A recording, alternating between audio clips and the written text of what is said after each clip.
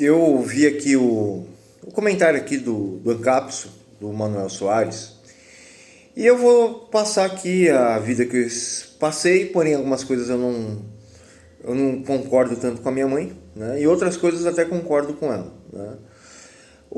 A minha mãe, ela ganhava 30 salários mínimos, né? Por causa do mérito dela, da capacidade dela, mas infelizmente o pai dela batia muito nela, maltratava ela, a minha avó, né? Que a mãe dela batia muito nela, a mãe dela, né? Porém, mesmo da minha mãe ser problemática, ela sempre me ensinou que a pessoa sempre tem que observar tudo e todos. Ela me ensinou o princípio judaico, né? Sabedoria, discernimento e perspicácia, né? Você primeiro precisa saber de alguma coisa, entender alguma coisa e comparar aquilo, né? Buscar aprendizado, buscar sempre ter informação, buscar sempre um conjunto complexo de adaptação para você sempre mostrar que você é capaz ou você é melhor em fazer aquilo, mas ela sempre fala que você sempre tem que ser melhor no que você faz. Independente dos acontecimentos e nunca colocar aquilo que você faz acima da vida. A vida é a coisa mais importante de todas, né? Tanto que a minha mãe, com todos os problemas dela, ela ganhava 30 salários mínimos, ela era modelista, ela sabia tudo sobre arte, cultura, antropologia, história, isso, aquilo, tal. Muita coisa que eu comento aqui, e coisas que eu até deixei de comentar, eu nunca comentei, ela me ensinou, né? E a minha mãe era negra, né? Ela sempre teve muita competência, né? Infelizmente, o meu pai branco, ele é uma pessoa que sempre trabalhou muito, mas ele nunca foi uma pessoa competente, mas também é uma pessoa extremamente problemática. Mas minha mãe sempre quis vencer, meu pai não, né? O meu pai sempre aceitou a condição de vida horrível que ele sempre teve, né? E ele também cavou a própria cova, né? Porque a gente, do lado do meu pai, tinha família importante. E eu sempre sofri muito preconceito, né? Desde criança as pessoas sempre usaram palavras horríveis para mim e palavras bonitas para pessoas brancas, desde criança até de adulto. Aí quando eu vejo a pessoa utilizar um jargão de palavras negativas ou coisas horríveis, está representando o que a pessoa acha sobre mim, e eu aprendi isso também, que a minha mãe me ensinou, sobre Freud, Lacan, Engels e não sei o que. E, e aí o que acontece? Eu sempre mostro para a pessoa que eu sou muito mais competente no trabalho do que ela, mostro que eu sou muito mais competente nas ideias porque eu sei o que a pessoa está pensando, né? E eu sempre mostro que eu sou uma pessoa determinada e nada vai atrapalhar meu caminho. Diferente, eu já tive empresa, já fui bem sucedido,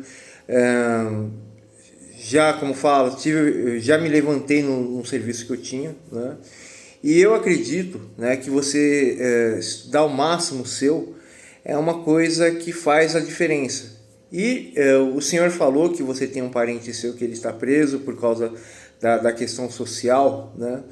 Eu não acho isso correto, mas o que acontece? Minha mãe me ensinou, eu vou contar o contexto completo, por isso que eu acho que não é correto. Minha mãe me ensinou que se você depender de alguém, você é fraco.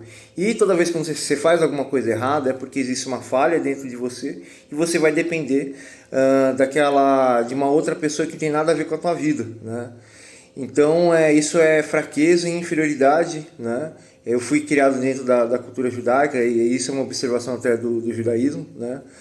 Geralmente, por causa do racismo, eu paro em algum lugar, a pessoa olha assim com medo, achando que eu tenho alguma coisa a ver com a vida dela, com a realidade dela, que eu tenho, a realidade dela tem alguma coisa a ver com a minha, que eu quero alguma coisa que a pessoa tem, ou que a pessoa, como fala, acredite nisso. E eu aprendi, né, que ninguém tem nada a ver com a vida um do outro, né? Que a pessoa é a pessoa, que a pessoa se ferre para lá, se a pessoa precisar de ajuda, você ajuda.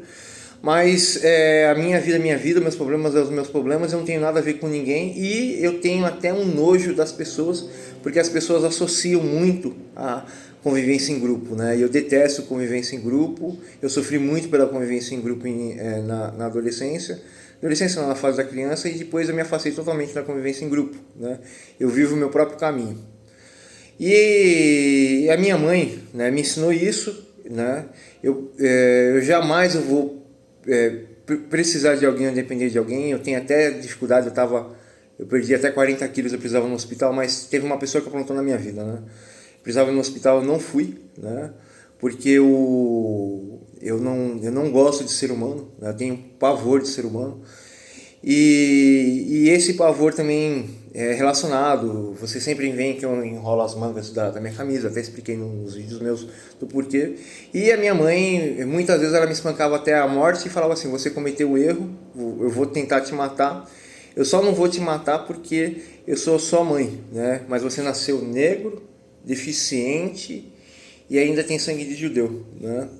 Então ela me espancava até a morte e falava assim pra mim: ó, eu sou sua mãe, por isso você não morreu. Mas um estranho, mesmo que você não dê direito, ele não vai te espancar até a morte, ele vai te matar, né? Então, nunca ter direito a ninguém, sempre esteja alerta, sempre entenda as intenções das pessoas. Eu até esqueci da moça lá, a moça virou um anjo comigo, não posso mais fazer maldade com ela.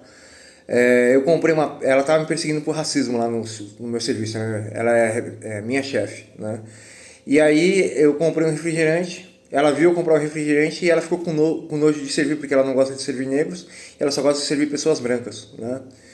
E aí ela humilhou todos os meus amigos queriam se juntar e pegar ela. Eu falei: não, deixa pra lá que eu vou jogar minha live e vou destruir essa mulher, né? E essa mulher, ela ganha muito mal, né?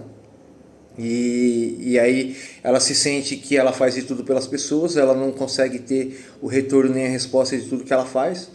E aí ela precisa encontrar alguém mais fraco para se vingar das pessoas.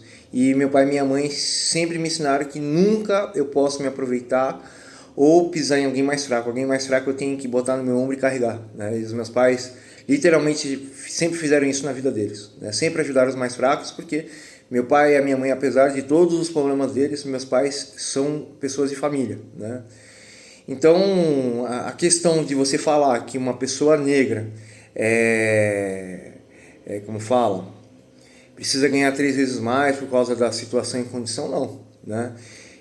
Eu mesmo, se eu cometer um erro com uma pessoa da forma que minha mãe me criou, da cultura de 100 anos atrás, eu pego e pulo do vale do Gabaú se eu fizer um erro a uma pessoa inferior em situação econômica ou em saúde emocional, porque nós somos criaturas emocionais. Existem pessoas que ficam se inflando de dinheiro para ficar lavando o seu emocional e são pessoas extremamente triviais. Outras pessoas usam dinheiro para o seu próprio bem, que são pessoas normais, né? E esse negócio de roubar essas coisas não é de pobreza não, porque o Brasil sempre foi um país extremamente pobre e miserável e virou uma moda essa pobreza depois que a Globo veio, com essa modinha de filme de um grupo de adolescentes que assalta, pichar, essas coisas e o desejo das pessoas e a falta de dinheiro que as pessoas têm. Isso faz a pessoa ser ladrão, né? É um mau caratismo. Também não vou falar que minha educação foi correta, porque como eu posso dizer para você, a violência que minha mãe passou para mim me fez eu me tornar uma pessoa extremamente antissocial e eu preciso tratar muito bem as pessoas para eu não atacar as pessoas, né? E eu não ataco xingando a pessoa, eu ataco entendendo a mente da pessoa e fazendo um argumento para destruir todo o emocional da pessoa. Eu faço isso desde criança, né? Isso por causa da minha mãe, mas também a minha mãe, apesar dos problemas dela, era gênio. Com 14, 15 anos eu achava que minha mãe era retardada e depois eu fui lidar com as pessoas. Eu acho que as pessoas são até bonecos de madeira para conversar com elas. Qual que é a última parte aqui do que eu queria falar aqui? E a mudança do nosso país aqui são políticos de verdade que trabalhem sem ganhar dinheiro e dando o seu dinheiro ao povo. É isso que eu acredito que o político deveria fazer. Não deveria haver uma instituição que arrecada o dinheiro das pessoas, mas uma instituição que orienta as pessoas, né? Sem vícios, principalmente sem vícios da esquerda e alguns pensamentos delirantes da direita, né? A questão mais importante. Você falou sobre a reparação da escravidão. Aqui no Brasil, os portugueses chegaram aqui, tirou o pinto para fora, transou com as índias e boa parte dos brasileiros são índios e portugueses.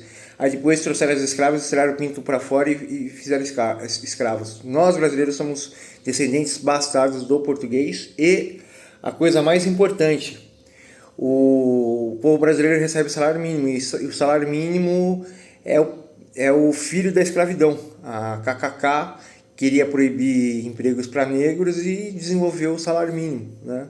Então, eu acredito que todas as pessoas pobres deveriam receber 10 vezes a quantidade de salário que eles ganham, né? Mas para isso precisa se eliminar o atravessador dos escravos, que são os nossos governantes. E quem compra escravos, que são os metacapitalistas aqui nesse país, e liberar o povo a ser livre igual os Estados Unidos economicamente, né? E eu acredito que a escravização não é... A escravização e racismo não tá só a cor, mas sim a linguística, a postura, o comportamento, a aparência, a origem das pessoas. Tanto que esses dias eu fui humilhado lá em Moema, aí o policial perguntou aonde que eu morava, eu falei Casa Verde. O policial já abaixou a bola, né? E se ele puxasse o meu nome e sobrenome, ele ia fazer igual a maioria dos policiais. Não é uma maioria que é racista, mas uma minoria sim é racista. Algumas vezes, menos de 30%, os policiais perguntam onde você mora, qual que é o seu sobrenome. Depois eles pedem desculpa pelo sobrenome e lugar onde eu moro. Ou seja, isso é racismo, né? E eu sofro racismo todo dia. Eu comecei a trabalhar em Moema, uma vez por dia alguém vinha gritar comigo, né? Principalmente pessoas pardas, né? Que vêm de origem humilde, descarregar todo o ódio deles, achando que eu era inferior a eles, né? Porque eles atendem um público, né? E também eu fiquei um pouco doente, eu diminui de tamanho, que eu pesava 140 kg de massa muscular, né? E aí como posso dizer para vocês, o Brasil aqui está tudo errado. Está tudo errado, e eu acredito que não tem como mudar o Brasil, porque as pessoas estão muito tempo doutrinadas pela Rede Globo, pelos governantes, pela esquerda. Agora a direita está querendo impor uma outra doutrina sobre a direita da Globo e da esquerda. Mas você nascer em lugar pobre, nascer em lugar periférico, como fala, não é o motivo de você virar bandido, né? Porém, se você não tem orientação do seu pai e da sua mãe, você vai virar bandido, né? E até mesmo a minha mãe era doente, ela tentou me ensinar o que é correto com a visão torta dela, mas ela me deu todo o espaço para eu desenvolver intelectualmente, isso ela não proibia, né? E o meu pai me ensinou os princípios da cultura dele, né?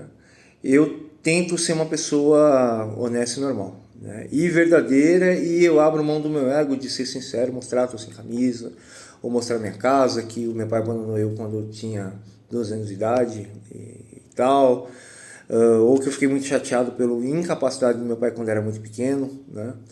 Então, a grande questão é que o Brasil ele precisa fazer uma mudança tão radical, se libertar dos seus estigmas, dos seus preconceitos, dos seus medos, de querer fingir que está tudo bem, se a maioria da população brasileira recebe um salário mínimo, né? E precisa ter uma mudança radical nesse país.